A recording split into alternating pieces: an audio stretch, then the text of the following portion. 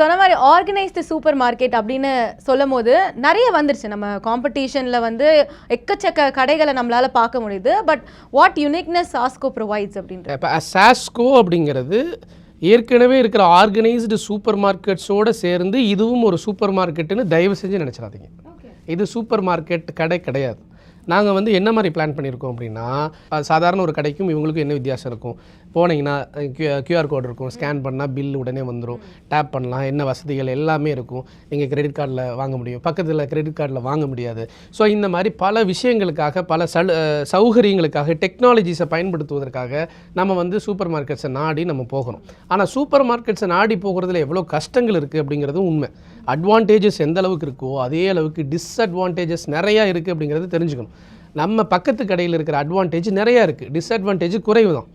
இப்போ நீங்கள் ஒரே ஒரு எக்ஸ் மார்ட்டு அல்லது ஒய் மார்ட் வந்து 50 லட்சம் ரூபாய்க்கு நீங்கள் பண்ணினீங்கன்னா நாங்கள் 200 கடையாக சேர்ந்து 1 கோடி ரூபாய்க்கு பண்ணுவோம். இது வந்து ஒரு கான்செப்ட். ஸோ இதுக்கு ஒரு பிளாட்ஃபார்ம் வேணும். ரெண்டாவது, ஒரு கடைக்கு ஒரு ஸ்டாண்டர்ட் வேணும்.